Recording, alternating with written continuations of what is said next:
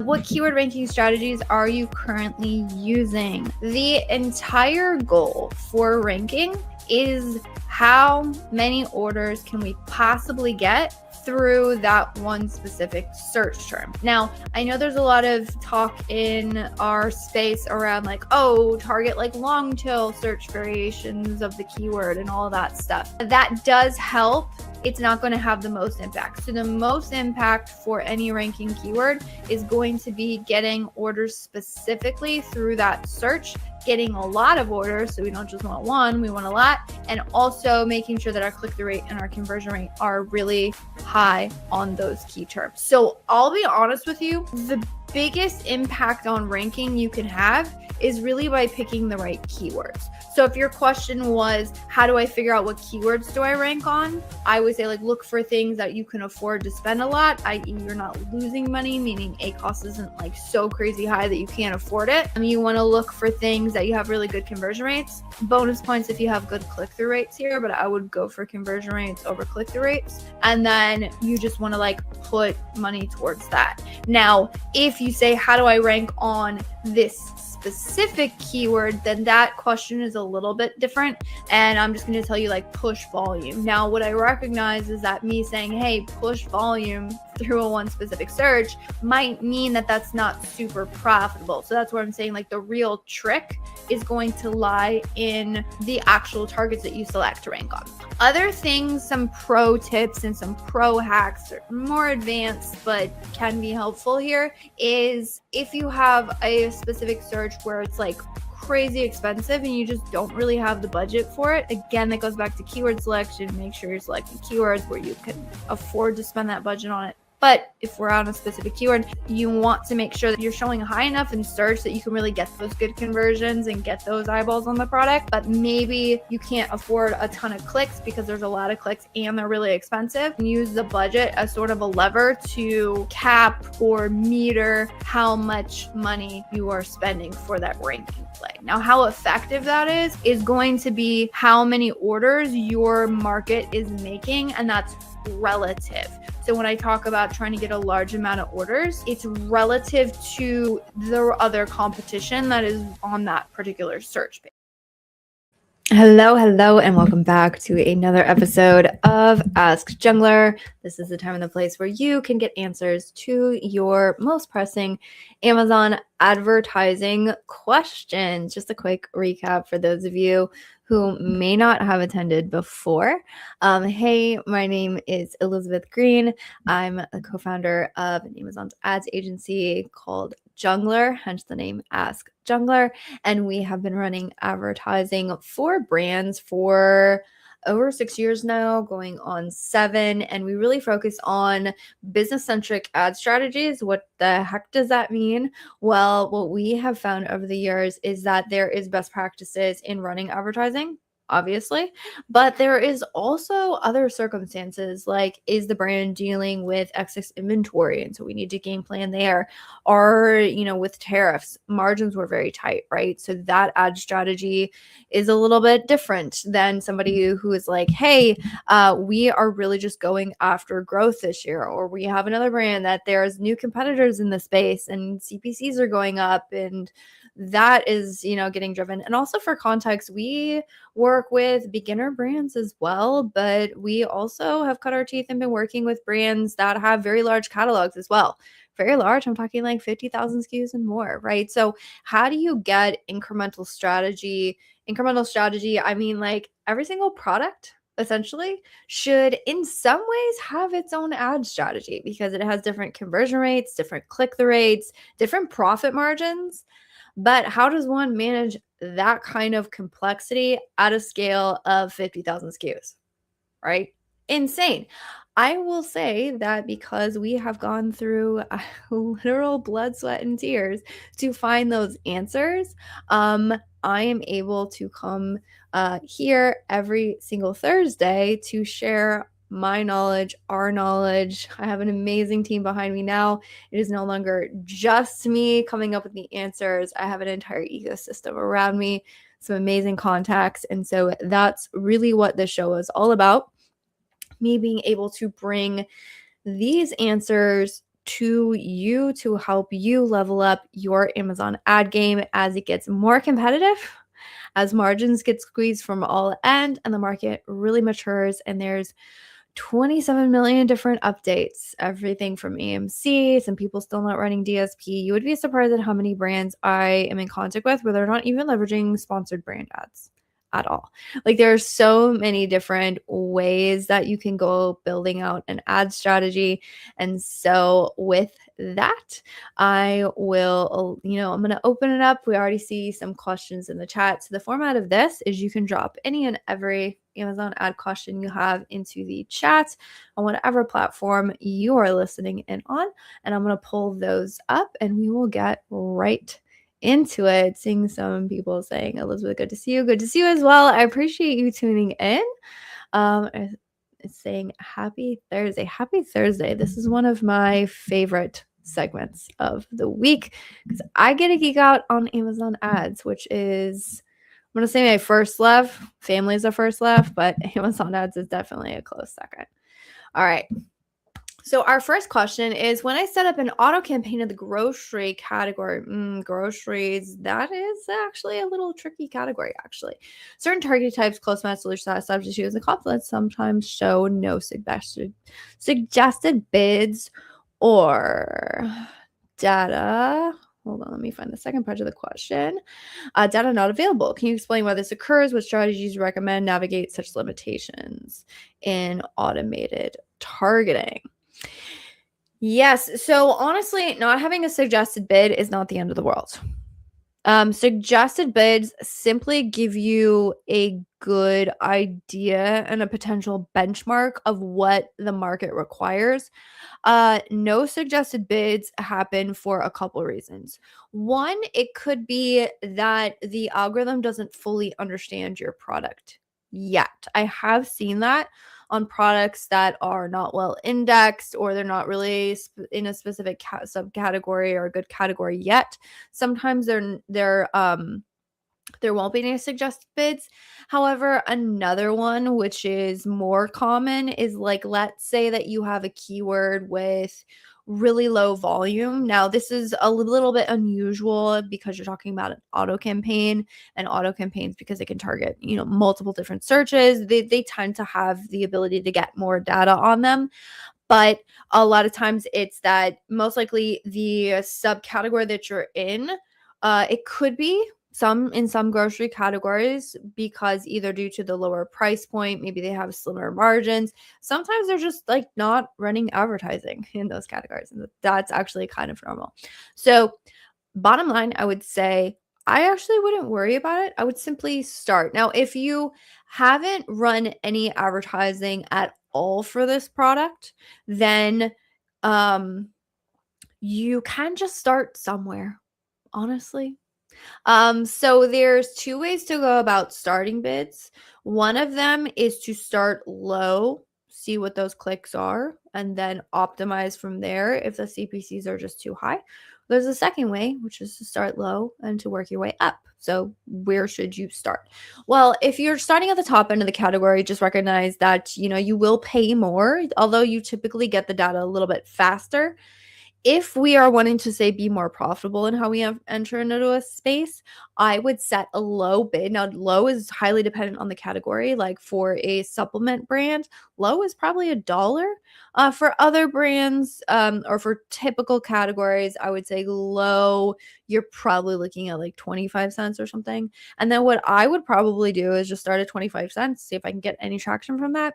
And then I would check the account daily and increase the bids by 3 cents if you are not seeing any impressions, and then simply go about increasing bids that way. So that's kind of why it happens, and it's fine. You suggested bids, you can work without them, and some people don't even use them, which is fine. One of my clients is launching a product that sells well, yet the related keywords have low search volume, only a few hundred. Despite that, their PPC bids are quite high. Hold on. despite that, the PPC bids. I'd like to understand how we can determine if the traffic is coming from external sources or other factors. Why might PPC bids be so high on low volume keywords? Typically what we have found, bids are high because that is what your competitors are bidding for those. Most likely what is happening, if you said there is very few related keywords to that specific product, that's why, is because even though there's not that much volume, there's limited ways that you can target those specific shoppers. And so when that happens, you will see CPCs go very high. And so your CPCs would not be, or bids or suggested bids, those wouldn't be driven up if there's external traffic. That's not a factor. Now, if say some of your competitors are selling a lot, then maybe they have external. One way you can kind of infer this, not really, really well, but sometimes what you could do is do a reverse ASIN search on a product. Oftentimes, if they have very high volumes in branded searches, example is, I was auditing a brand. We didn't end up working with them because for us it wasn't going to be a good fit. We try and make sure that any brand that works with us is, it's a good fit and they're going to get an ROI for what we charge. But they were going through in a category and they're like, look, there's a lot of low volume sellers, but there's this one seller that's like, selling, I forget how many, thousands of units a month, and they're doing really, really well in terms of sales in this particular category. And then when looking at that particular product, just doing a quick reverse ASIN search, there's many tools out there that offer that, it became very obvious that the bulk of the traffic that was happening for that product was, where they were ranked high on and where the search volume was, it was all branded terms. So they had really good brand recognition outside of the Amazon platform. And so it was pretty obvious. It's like, well, okay, could you do that same thing? No, not simply with Amazon traffic. So I'm not sure if that was your question on how do you know if traffic is coming from external sources. But yeah, external sources wouldn't be driving up CPCs. Hey, Elizabeth. Hello. Welcome. I appreciate the question. Do you recommend pausing ads that are targeting ASIN that get hits with frequently returned badge, or cohort just throw them, or our cohort just throws them out when we get returns? We have just one child ASIN of the 11 under the same parent where the badge might fall off in 2 weeks. That's a great question. Two things that I would look for to determine if I would pause this or not. Now, the context here is that there's other child. It sounds like this is a parent-child variation. Most likely the answer is yes. I would simply want to make sure that the other variations are advertised. And if, say this is the blue one and people like the blue one, they will go on to purchase that color if it's available. The two factors that I would look at is, one, what is the effect to the conversion rate? So I would look at that. If you are selling through Seller Central and not Vendor Central, there is a fantastic report inside of the business reports. If you go into business reports, detail page, sales and traffic by child item, underneath the column that says, I believe it's ASIN, there's like the ASIN is a blue link. So I would look for that specific child ASIN. I would pop that open and I would look at the unit session percentage, which is the total average conversion rate for that product. And I would look at that over time. Now, your performance, ACoS, is going to be, and total ACoS to a certain degree, is going to be tied to how well that product converts. So if that product's conversion rate has gone down, it's going to require a lot more clicks to be able to create an order. And because it costs you more spend to make the same amount of sales, again, because you have to pay for more clicks to get those sales, if the frequently returned badge is negatively affecting the product, now the assumption is that it is, and most likely it is, you should see that impact in the unit session percentage, and the ACoS of the product. You can also go in, this is another fantastic tool. If you go into the ad console and you go into the products tab, search for that specific ASIN. Again, there's a blue wording, I think it says trends. You can actually click on that, and what it will do is will pop out your advertising trends for that specific child ASIN. Do keep in mind that this excludes, it doesn't include sponsored brand ads. So if you're running a lot of sponsored brand ads, that data point won't be included. But if you're running majority of sponsored product ads, you should have pretty accurate data to say, again, is the ACoS trending up over time? Am I getting worse performance because of this badge? So that's the first thing I would check. If all of those things are fine, and let's say that this is your best selling one of your variations, and I said, okay, so this is my best selling variation. This is where all the traffic is coming. I have great click-through rates in search. And so by me eliminating this child ASIN from, sort of like as a traffic funnel or hook to get somebody into my listing, I'm actually eliminating my best performer. And when I looked at the impact on my conversion rate and I looked at the impact on my ACoS, it's not too bad, actually. For some reason, the market doesn't care about the frequently returned badge. In that case, I would probably leave it active. So that's the first thing I would look at. The second thing I would look at is you actually want to make sure that you're factoring in profits into, what variations you keep active. So a classic example of this is we're working with a clothing brand, and returns in clothing are always astronomically high. And there were some products, believe it or not, that had gotten up to like a 30% return rate. Now, the thing with return rates is you will not see, again, unless it, it has the badging, which again, it can affect conversions. If you don't have that badging, sometimes conversion rate can be fine. And actually, what we were seeing, several of the products that had high return rates, the total ACoS was great. So if we just looked at that product, I would say, okay, well, total ACoS is fantastic. ACoS is fantastic. Let's sell more of these things, right? Because this is crushing it. But then when we looked at the return rates for that specific item, it became very apparent, no, we don't actually want to push in and accelerate sales in this product because we have such high return rates that it's actually hurting margins. So that would be the other factor I would look at. I mean, you said the badge should fall off in 2 weeks. So my guess is that it sounds like you've kind of fixed that that return rate issue. So if return rates are not affecting your the overall profitability on that product, I would say you're probably good to keep it running. So again, those are the two things that I would check.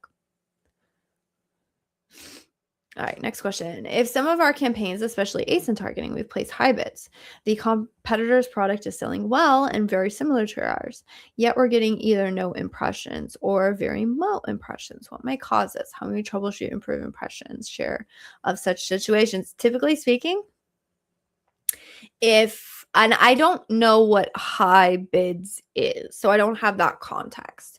But sometimes there's suggested bids, and oftentimes if you really want to increase impressions, you may have to have bids that are much higher than the suggested bids. To be honest, that's pretty normal.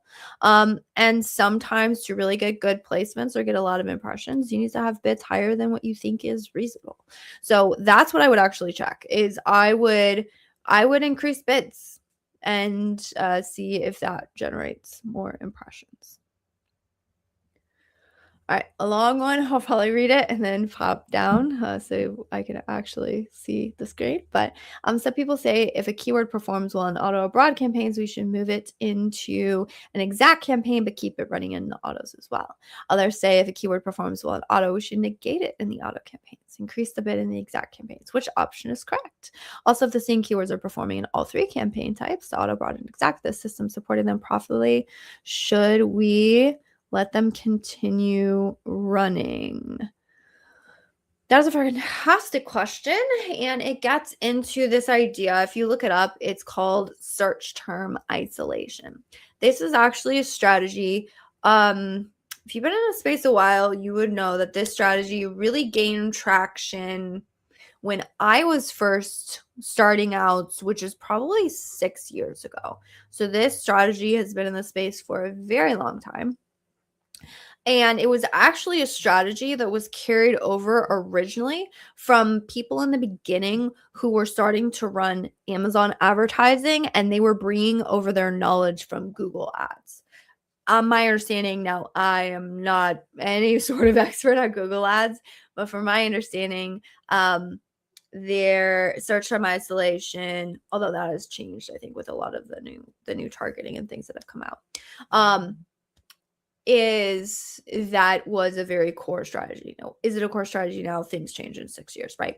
But that's sort of the idea where this strategy originated, was the negating and the original. And to be honest, when I started out, I sort of subscribed to this strategy until I actually really started digging into the data.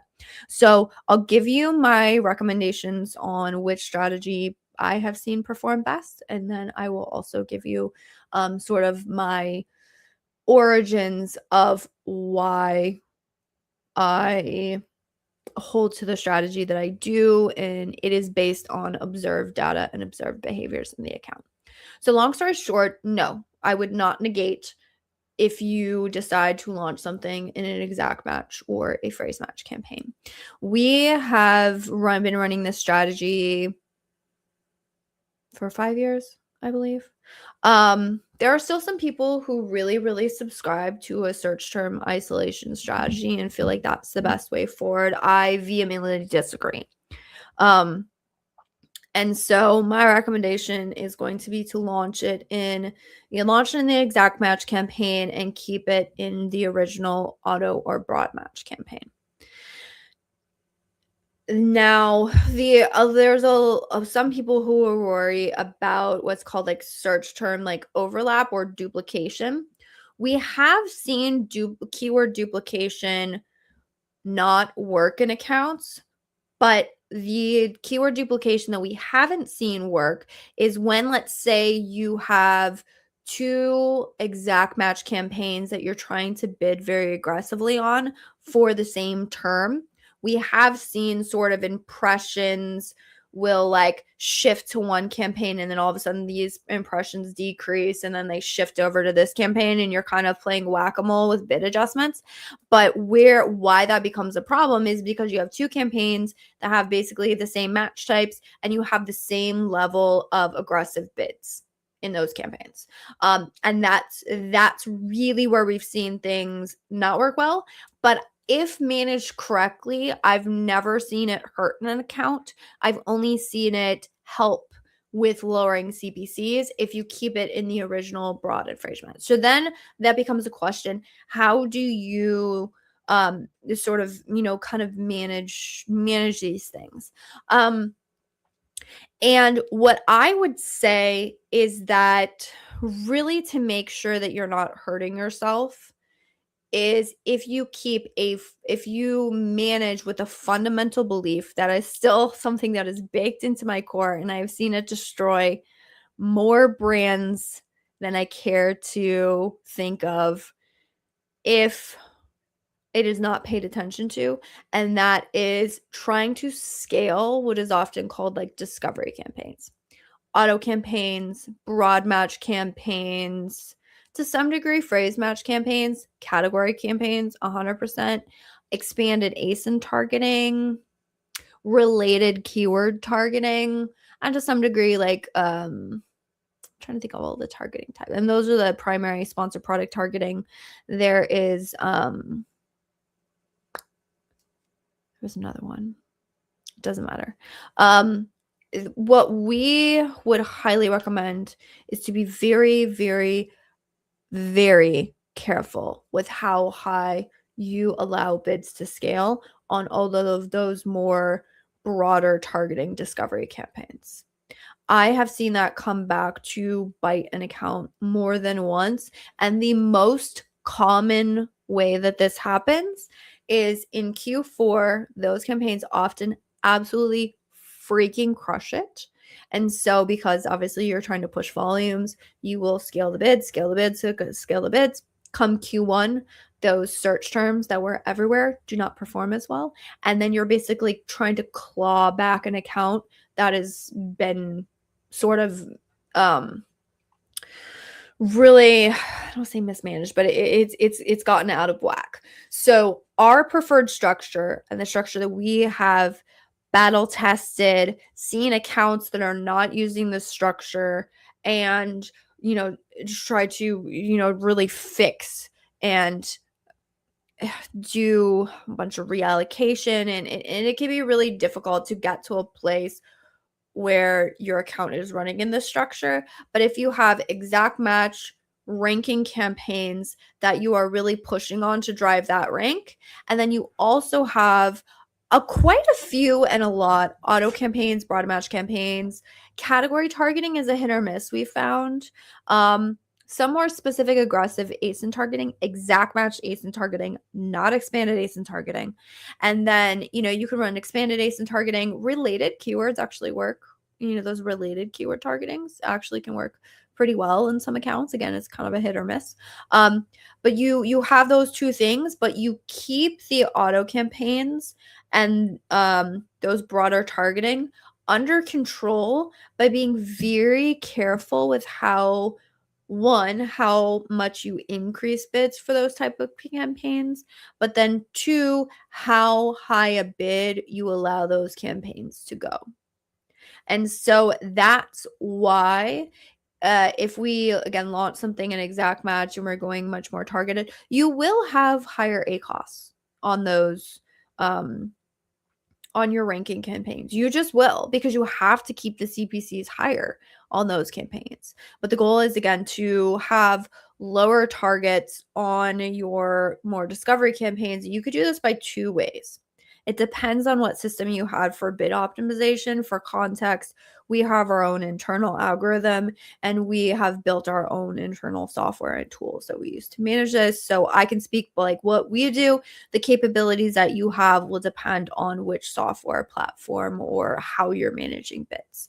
But the two ways that you can do this is, one, you can just set lower ACoS targets on the autos. So an example would be, let's say I have an account where my ACoS target is 35%. I may target a 30% in sometimes. Like, let's say I run the allocation for my auto campaigns, and I notice like, oh, holy crap, my auto campaigns are already running at 25% ACoS, like super efficient. I probably would keep my ACoS target at 25%. Maybe I scale it up to like 27, but I'm going to keep it well below my target. So that right there will automatically cap how high those get scaled. But the second way to do this, again, it depends on your capabilities and your tool stack. You can also set what we call like bid caps. So that's essentially, hey, I'm not going to allow my bids to be increased beyond X. X is always relative to the account. On some of our kind of clothing counts, quote low bid maybe 35, 45 cents ish, give or take, maybe 50 if you're going to go crazy. And then like our supplement accounts or beauty's cutthroat, some of those CPCs are freaking crazy. Like my quote low bid might be like 75 cents is probably like a freakishly low bid. In supplements, you might even be getting up to like $1. So again, it's relative to the account, but those are the two ways that I would you can sort of cap and meter those, and then you can have much higher thresholds, targets for your exact match ranking campaigns. And that's a way that we have found that it is pretty flexible. Again, we have our own internal tool stack. Another one is branded targeting. We are very careful with how aggressively we allow branded targeting to be scaled. We have much lower target thresholds for our branded, because I don't ever want to lose money on us having to target our own, be a branded ASIN, so brand offensive campaigns, or our own branded keyword terms. So those are other things that we keep sort of those caps on. Again, caps in how high we allow it to scale the budget, but that, not the budget, excuse me, how a bid cap, how high are we enabling the system to do that. All right. This is going back to the question on high return rate. Cool. This is the second bestseller, but the converge. Yeah. So Conversion rate was crushed with that badge. Yeah, if it's a second bestseller, I mean, you could focus on the first bestseller for now. And again, the products tab inside of the ad console, especially if you're looking at a single child ASIN, is really great. And you can actually pop down and see like all the campaigns that this product is active in. You can always pause it in the ones that it is underperforming on. The return rate is 4%, but they want 3.7%. Honestly, 4% return rate is relative to the market. Like I said, a 4% return rate would be phenomenal in clothing. Like I've seen 12% is probably a decent return rate in clothing. But if you're talking like large consumer electronics, that one you wouldn't want a high return rate. Consumable products, you would expect to see a much lower return rate. So again, it's relative to the category that you're selling in. All right. I hope you're doing well. I am. Thank you for asking. My question is actually related to the product targeting in Amazon PPC. When we target a competitor's ASIN and Amazon shows our ad on top of search and rest of search, which keywords does it show on? Because top of search and rest of search impressions do not appear on the competitor's product detail page. So where Amazon show and which keywords? Yes. This has been a question for a while. And then what we realized is that if you look at the search terms that are pulled through a specific sponsored product targeting campaign now, you will actually see ASINs pop up. And that was always our theory, that it was targeting specific keywords. And now the keywords that it targets are related to the indexation of the product that you are targeting. That's how Amazon kind of looks at it, or it looks at keywords that it deems is relevant to that specific product that you're targeting, and you can actually show up on those particular search pages.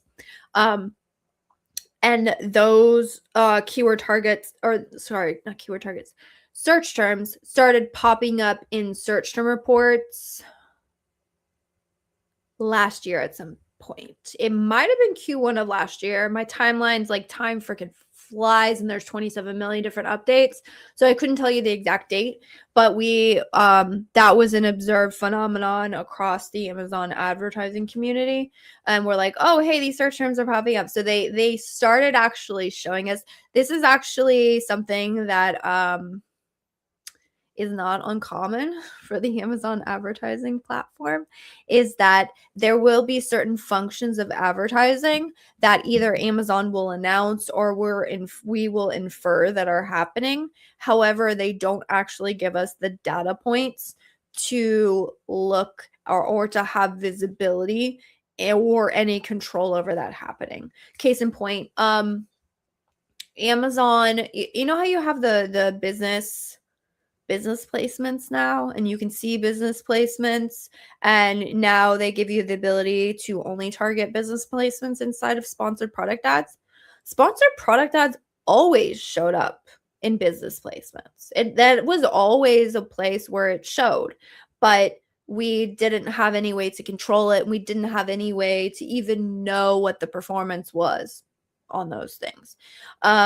What's another one? Oh, off-platform traffic. So there was an announcement from Amazon, and they're like, hey, by the way, your ads are going to show up off of the Amazon sponsored product ads are going to show up off Amazon platform, and you have no data to know what the performance is, and you have no way to control it. There you go. Everybody went, oh my gosh, this is horrible. Thanks, Amazon. This was like 2 years ago, I believe. And then they finally gave us the ability to look at the data of those placements. So if you go and look at a sponsored products placement report, that's where it showed up. And we just, of course, like run across these data points. Amazon doesn't give us any insights as to where, like, hey, by the way, you can go find it here. So we've finally got the ability to see like what the placements are, and now there's a checkbox inside of your campaigns to uncheck, hey, okay, Amazon, you can say, hey, Amazon, I don't want you to show me off platform, or if you wanted to, you could specifically target off-platform placements now.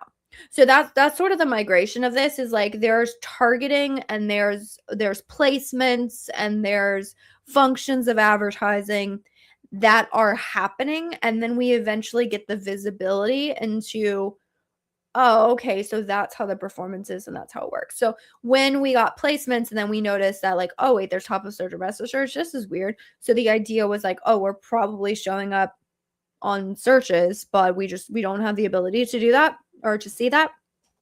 And then now we have the ability through search term reports to see like where those things are happening. And then on top of that, now Amazon changed their negative targeting inside of specifically sponsored product ads. So it used to be only in auto campaigns, you could negate product pages, you could negate ASINs and brands, and you could negate search terms. But inside of, say, a sponsored products keyword campaign, you could only negate search terms, you couldn't negate ASINs. And then inside of a sponsored product targeting campaign, you could only negate product targeting. So again, visibility now, but no control. Excuse me. And now they again, I don't remember a timeline. I swear it was like Q4 of last year at some point. They rolled out the ability to negate both ASINs and keyword searches across all ad types in sponsored product ads. So now we have ultimate control of like eliminating those. So that was a very long-winded answer, but hopefully that gave you some clarity on, kind of what the nuances are, how those things happen, as well as what you can do to affect, performance as well. Hey Elizabeth, how do we go about retargeting on consumables? We invested a lot of budget into that. Should we start retargeting and sponsored display ads set up for products as well, even if many SKUs? This is a fantastic question. I would ask, do you have access to AMC? Because if you have access to AMC, you can use, let me go back. Let's see. I'm assuming you're brand registered. And I'm assuming that you have, you're brand registered and that you're using subscribe and save. Subscribe and save is going to be huge for you. You 110% want to like target, make sure that you have subscribe and save going. If you have any consumable product, by the way, and you do not have subscribe and save turned on, turn on subscribe and save. I know some products aren't eligible for it, but I would absolutely do that. And all right, so that's the first thing. I'm assuming all of these things are. You can look at your new to brand. So new to brand is going to be important for you in this case, because again, what you're doing is with a consumable product, you want to try and get more shoppers who have not been exposed to your product into the funnel. Sponsored display can be good here because you can target audiences. However, what I would want to understand is what kind of shoppers, let me put this way, like what is my audience on my shopper? So I would look at, you can go into brand analytics. There's something in brand analytics where you can look at repeat purchase. That one's the easiest to do. If you are in Seller Central, that's the one that you can go up, you can go and find really quickly. And you can go look at it today and say, okay, how much of my repeat customers do I have? I would probably look into AMC audiences for sponsored product ads. So a big one for you is going to be like consumers who added to your cart but didn't purchase. For us, we found that this is probably one of the most universally best performing audiences. We like to use these audiences. We find they work best in auto campaigns. You could do like lower bid auto campaigns, attach an AMC audience, start with like, either you could start with 0 placement percentages increase for that audience specifically, Or if you wanted to test it, you could start test with like 10 to 20% increases on that. So that's going to be a good audience for you. There's also other audiences. This is assuming that you have access to AMC. If you don't have access to AMC data, there are tools out there that allow you to get access to AMC. Or what we do is we also have we have an AMC audience because we're part of the advertising partner network. And so we immediately go, no matter what the size of the brand, we're always creating like an AMC.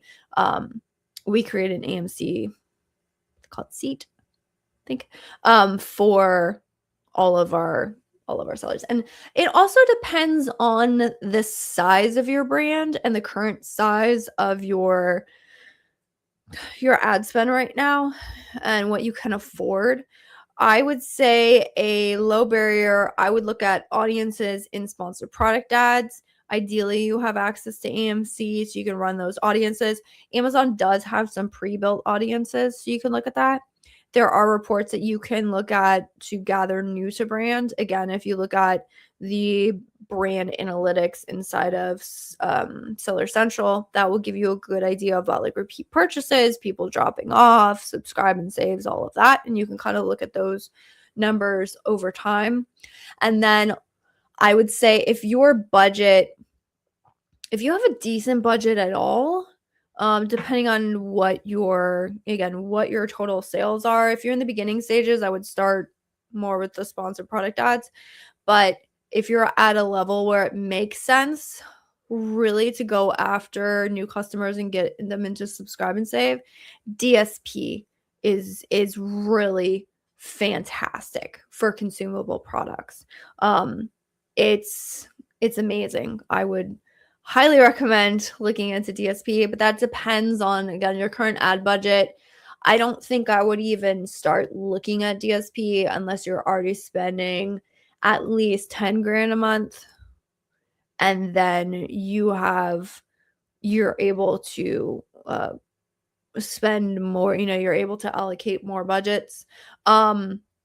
And the way I would think about DSP is I wouldn't be like, okay, so I need to like pull out some of my sponsored product ad budgets and then allocate that. You don't want to look at it like that. You want to look at it as additive budget. I've never seen it work out well. I mean, if there's waste that you can clear out of the sponsored product ads and then reallocate it, great. But I wouldn't look at it as, DSP budgets. You basically, you want to have your own budget allocated for that ad type. Awesome. Well, these are some great questions. You guys are awesome today. I freaking love it.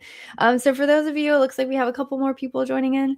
The format of this, by the way, whatever Amazon ad questions you have, drop them into the chat. Or if somebody's asked a question and you have a follow-up on your question, if I can expand on something more, just let me know. Feel free to drop the question into the chat.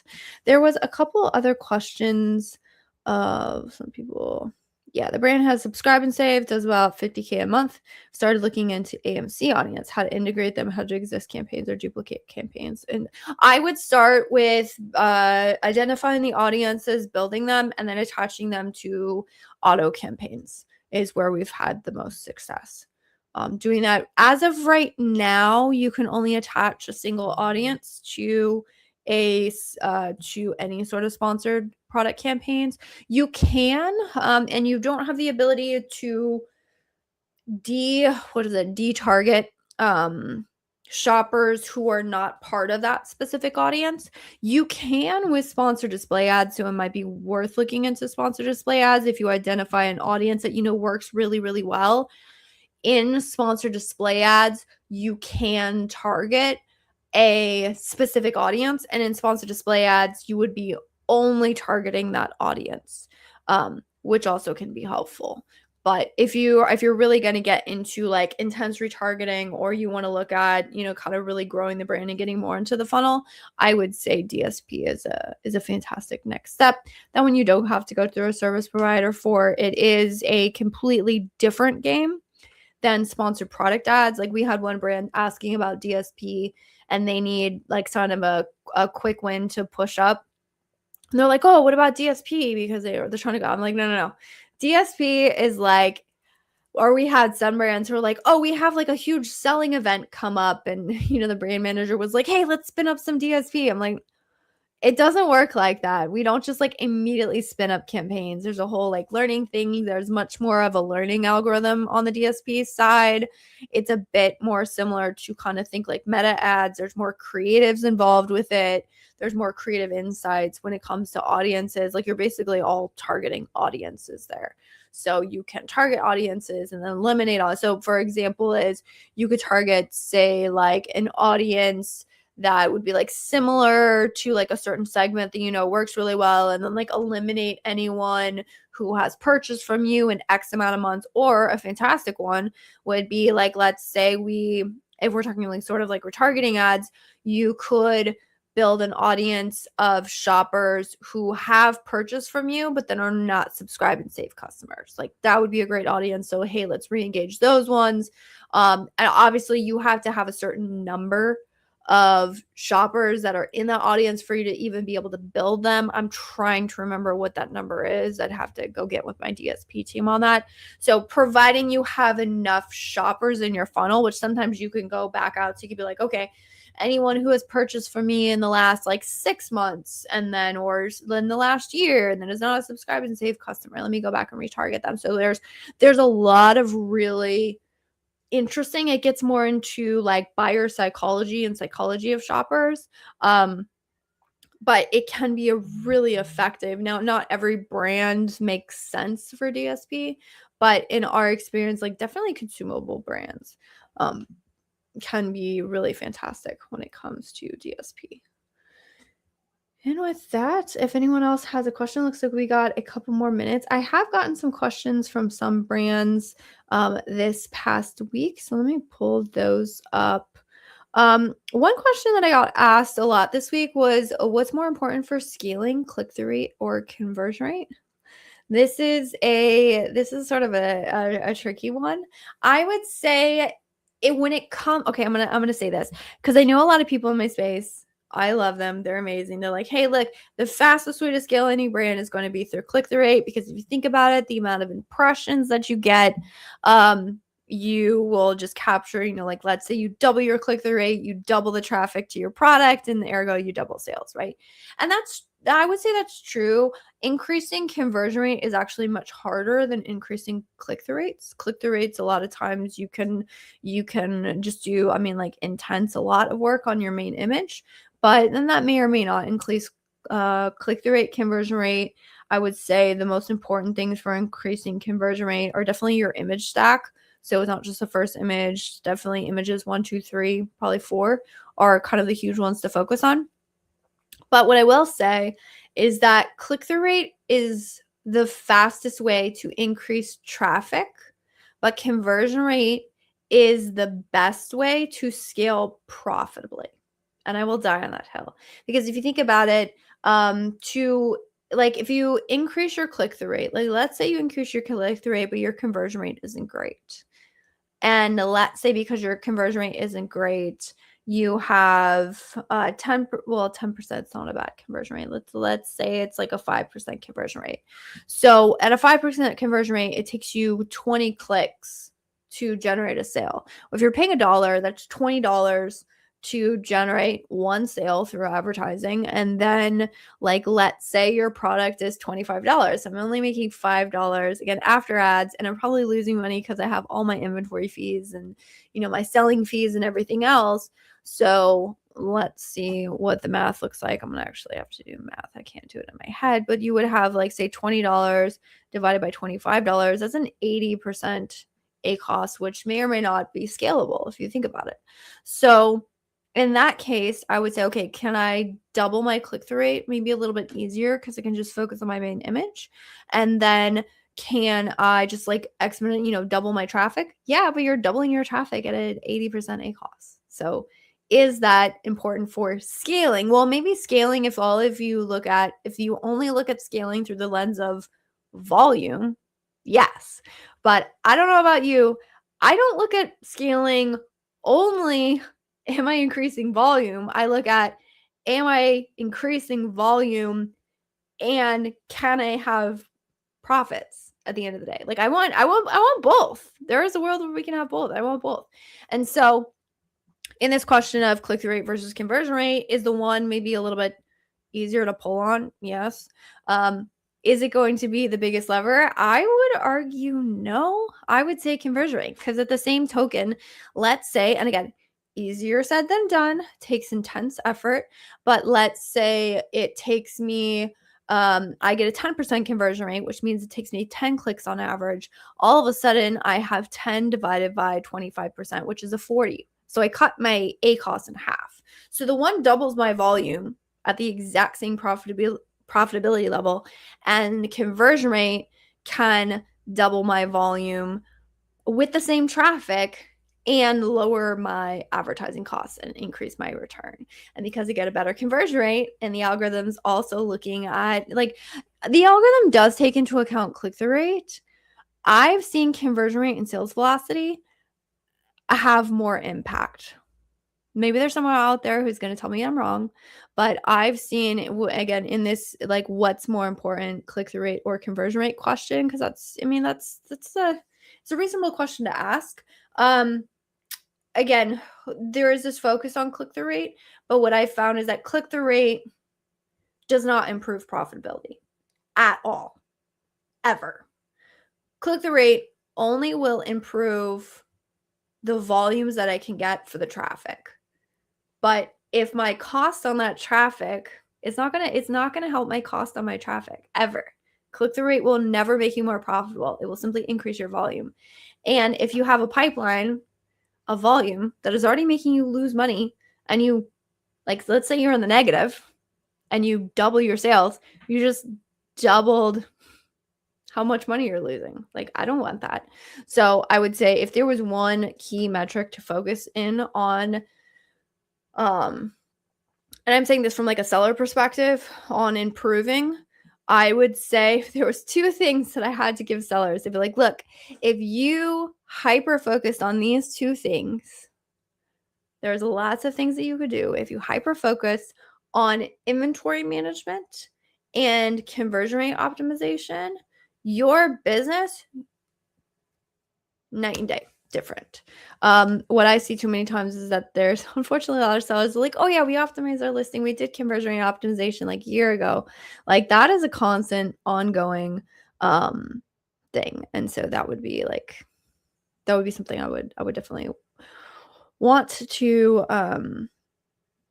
focus in on. And we have time for one last question. Again, I'm going to pull questions that I've gotten sort of this week, but feel free. We do have time if somebody wants to squeak in another question. But the other one is how often, this is a question a lot, like, how do I catch issues on an account? Because I can't tell you how many times the seller, like, hasn't really, like, dug in, or be like, hey, how much are you spending? Oh, I think it's about this. Or what is your profitability? It's roughly this. In terms of advertising to catch issues, I'm not going to say like the whole account, but if you're looking from an advertising perspective, we actually check accounts daily.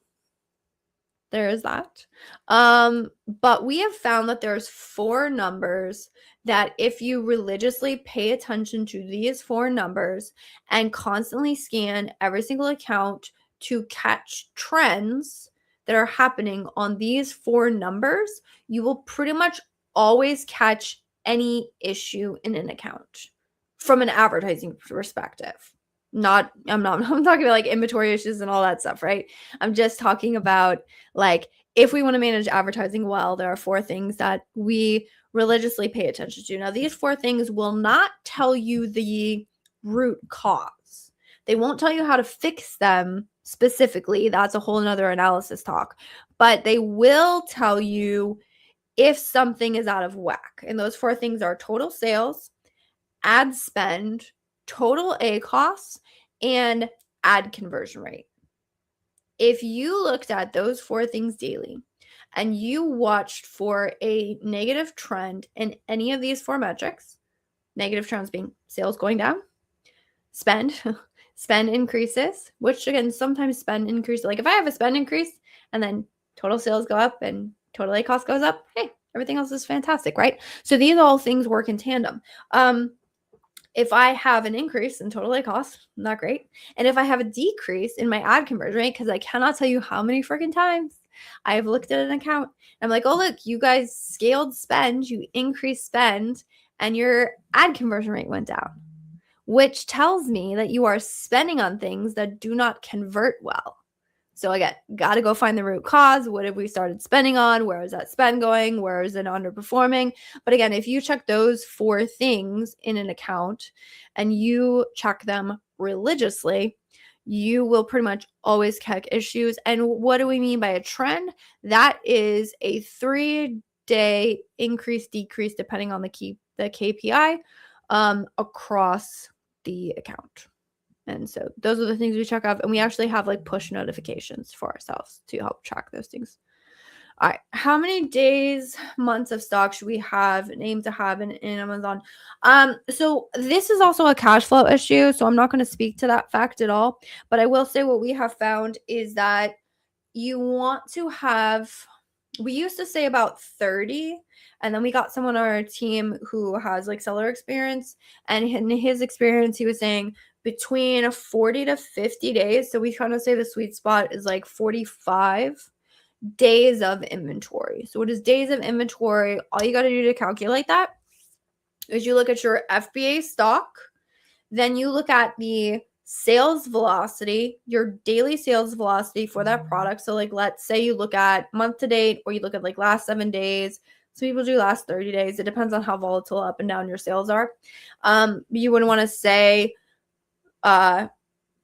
total units sold divided by how many days you pulled that data for. That gives you your average daily sales velocity. So on average, I sell 10 a day.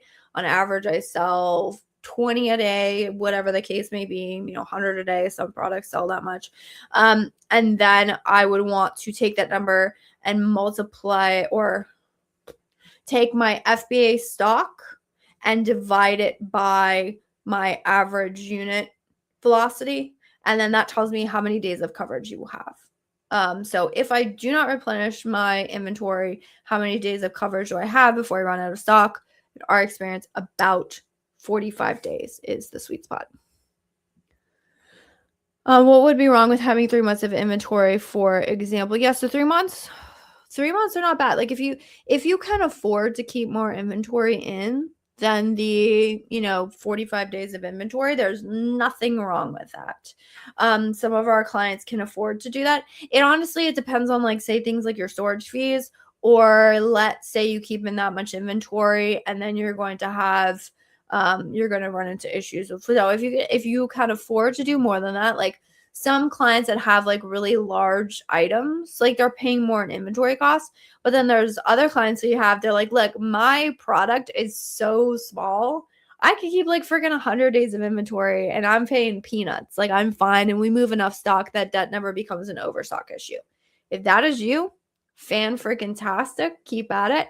I'm just saying, like, what we have seen is that if a product gets under 45 days of inventory, and then specifically if it starts to get under 30 days of inventory coverage, what we have found is that it affects conversion rates. All of a sudden sales start going down.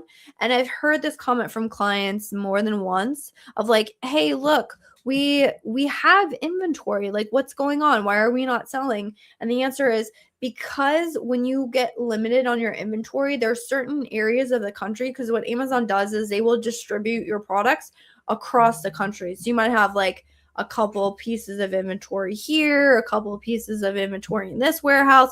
And what they're doing is they're distributing the inventory so you can get better ship times across the country. And the United States of America is pretty big. East Coast to West Coast takes a while to ship, right? So they're distributing the inventory and they have a really good warehouse structure. As your days of coverage starts to deplete, you actually lose a lot of that coverage in certain parts of the country. And so what you will see is that there actually is an impact. What we've seen, and last couple times I've done an analysis on this, your sessions or your traffic tend to remain relatively constant. It's your conversion rates that actually take a hit. And our assessment of that has been, it seems that the ship times increase in certain segments of the country when your inventory gets depleted. Definitely under 30 to 35 days, but 45 days even as well. So that's why it's pretty important to keep inventory, because that you run out of inventory. It's not like a D2C site where, sometimes you can do like limited stock drops, or like if your audience really, really likes a specific product, you need to say, okay, we're out of inventory. Maybe we missed out on some sales, but I can like blast it out to my email list or tell them that like, hey, we're back in stock. And, we're kind of in some ways sort of hopefully like up and running again once we get the inventory back in. That's not the same on the Amazon platform, because when the inventory depletes, you lose ranking. You're not maintaining sales velocity. So Amazon's not keeping you up in, like, they're not interested in having their shoppers find listings that are no longer available for purchase. Like they want someone to be able to come and purchase something immediately. So you lose ranking, you lose velocity, and depending on how far, like how long you're out, a lot of times you end up having to claw back that market share that you lost when you went out of stock. So that really, especially on Amazon, can be quite detrimental to especially the long-term growth of a brand, depending on the inventory levels. So with that, we are at time. We are slightly above time. And so for that, I do see other questions popping in the chat. Apologies. We are at time. So if this has been valuable, which I really hope it has, I hope to see you back same time, same place next week. We do this every single Thursday, basically rain or shine. So I look forward to catching you all next week and answering more of your Amazon ad questions. And that wraps up this episode of the Ask Junglr Amazon Advertising Podcast. I hope you found these insights and strategies helpful in your Amazon PPC journey. Remember, if you have a burning Amazon ad question that you'd like answers to, head over to junglr.com/live to join our next live Q&A session. Until next time, keep optimizing those ads and stay hungry.